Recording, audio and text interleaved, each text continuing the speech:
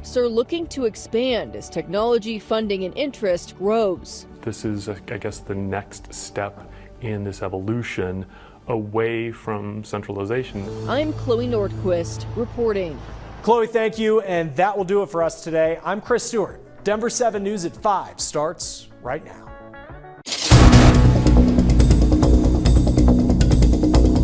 Well, certainly they didn't go in with the intention of injuring other people. Denver police give no prior warning before shooting into a crowd downtown. They did not. They did not have time to make notification of their intention to shoot, attempt to clear the area any further. It happened very quickly. Today, police attempted to give answers as to why 6 innocent people were injured when one suspect supposedly flashed a gun at officers. Did something go wrong?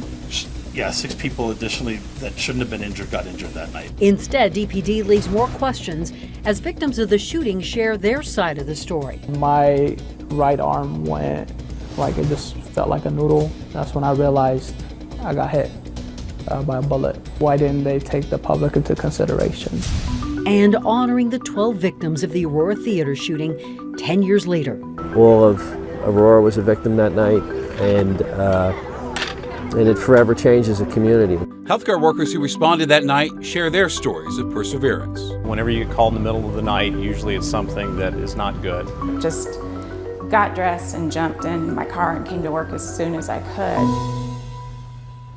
Good evening. Thank you very much for joining us for Denver 7 News at 5 tonight. I'm Shannon Ogden. I'm Ann Trujillo, and tonight we begin with Denver police answering more questions about a shooting early Sunday morning downtown. Today we learned 6 innocent bystanders were injured when 3 Denver police officers began shooting at a man armed with a gun. DPD provided these still photos of the encounter with the suspect, saying this reportedly shows 21-year-old Jordan Waddy pointing the barrel of his gun at them.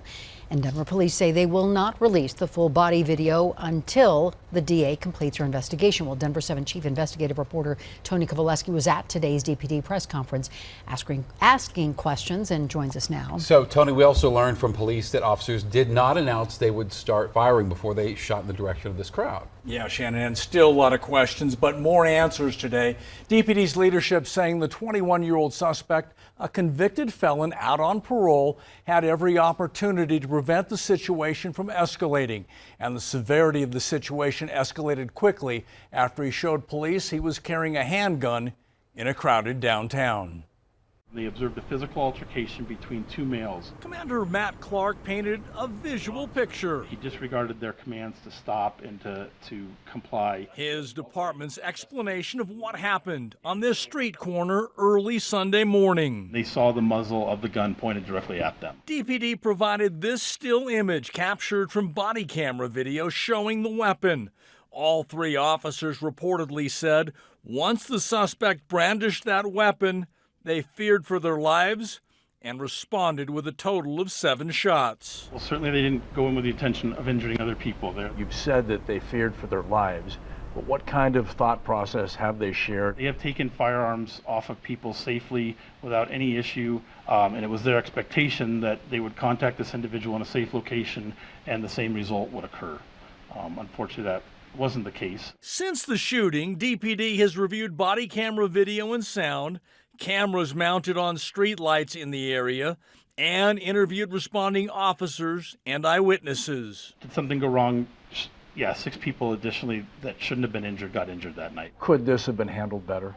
I think the officers did everything they could at the time. Denver 7 has also learned more about the suspect. 21-year-old Jordan Waddy was in violation of the terms of his parole on that Saturday night. Originally arrested for first-degree felony murder, he spent a little over 4 years in the Colorado Department of Corrections after pleading down to a lesser charge. As you stand there now, do you think that contributed to this escalating? Not having an opportunity to talk to Mr. Waddy, I'm not sure what his mindset was. I would imagine, though, that a prior felon with a firearm who's on parole is concerning to him, and he wanted to try and avoid going back to the Department of Corrections. Now, the State Department of Corrections telling us 21-year-old Jordan Waddy was wearing an ankle monitor at the time of the shooting Sunday morning. He broke curfew and is now accused of being a felon in possession of a weapon. DOC says because he's violated terms of his supervision, and it has started now a process for Waddy to return to prison. And All right, Tony, thank you for that. And as Tony mentioned, Denver police, would not specify if the victims from Sunday morning's shooting were shot or hit with ricochets or other debris. And today we spoke with two of the victims who say there is no question they were shot. Yakalo Weldehewitt and Bailey Alexander say they were both out having fun with friends. I did notice an altercation between two males right at the entrance of the bar. It was just exchanging of words really at that point. So we kind of just ignored it. I knew pretty quickly within a few seconds that I had been hit because I could feel the warmth of the blood going down my arm.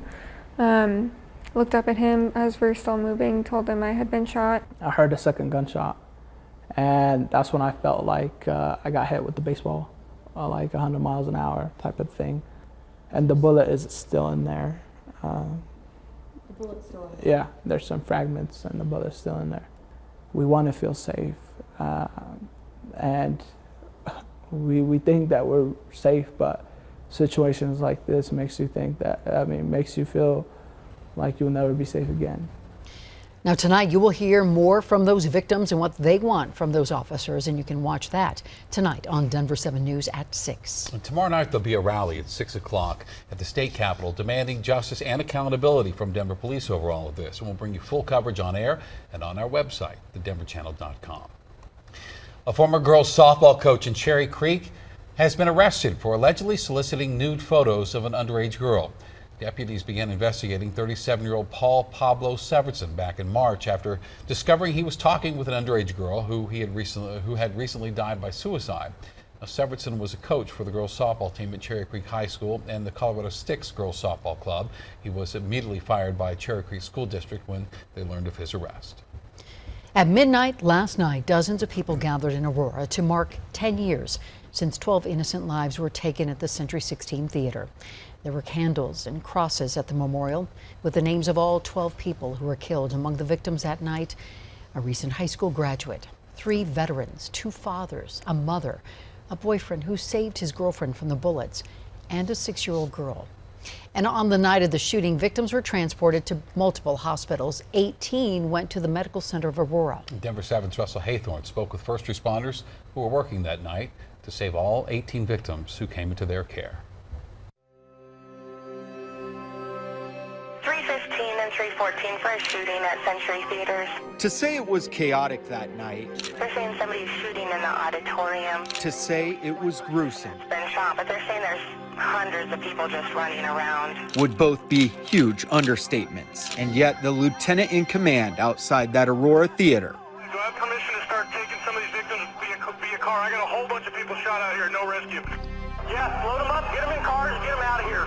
Kept his cool. There were 70 people shot. We had officers on scene in Aurora within 90 seconds. What Lieutenant Stephen Redfern did next was straight out of a movie. And when it became clear that the ambulances were just overwhelmed, I remember looking at one guy that was shot in the head, grabbed one of the officers there that had an unmarked car, and I said, dude, just pull your car up. And we just started loading people in. Okay, hold that position, hold your suspect. With the suspect securely in custody. I'm taking one man to the hospital in my car. Start me Denver cars this way too, I need more help. Patrol unit after patrol unit started racing victims to nearby hospitals. Seconds count, so each car was typically taking 2 victims, and officers were coming out of the back of the theater, literally holding people together, and then they would just get right in the back seat and off they went. It was the first time I didn't feel helpless. Those actions are now the model for departments across the nation and around the world. The only thing you can do for somebody in the field is stop the bleeding and get them to surgery. It wasn't Redfern's first mass shooting. And I worked in dispatch. I'd worked the overnight shift the night before, got home, hadn't been home that long, and I get woken up to, there's this crazy stuff going on at Columbine. Nor was it his last. King Soopers happened here in Boulder. I did respond here, not as one of the heroes that rushed in there, but an hour or 2 into the incident, I got here. As the president of the Colorado Fallen Hero Foundation, Redfern helped coordinate everything related to Officer Eric Talley's death. We bring a team of people that are trained in a multitude of different areas to help that department. He is now Deputy Chief of Police here in Boulder. He left Aurora last year after 22 years on the APD. I'm in a good spot.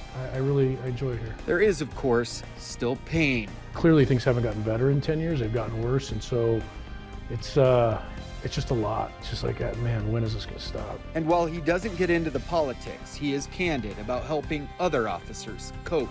The majority of cops do the right thing every day for the right reasons. And he's a fierce defender of law enforcement and the heroics like they displayed on that chaotic and gruesome night in Aurora. Multiple victims. I got 7 down in Feeder 9. 7 down. It was awful, but when the trauma doctors told us that all of the people that could have survived that we transported did survive, one officer did 4 round trips with victims. It's incredible. In Boulder. On all of these, there's tons of acts of bravery and heroism that come out. And to have somebody's mom or dad come up to you and give you a hug and say, thanks for saving my child, like to me, that's what this job's all about. Russell Hathorn, Denver 7. And there are remembrance events planned for Saturday. You can find all the details of them right now on thedenverchannel.com. As president, I have a responsibility to act with urgency and resolve when our nation faces clear and present danger. President Biden unveils new steps to address climate crisis concerns and stops short of declaring a national emergency. Our children and grandchildren are counting on us. CU researchers are giving you the tools to build your own mini arcade at home. Only actual technology here is a cell phone. All you need is a smartphone, bits of cardboard, and tiny mirrors. And it's designed to be a platform for people to build their own little tiny retro arcade games. Temperatures were slightly less hot today, but it's going to heat up even more tomorrow and Friday.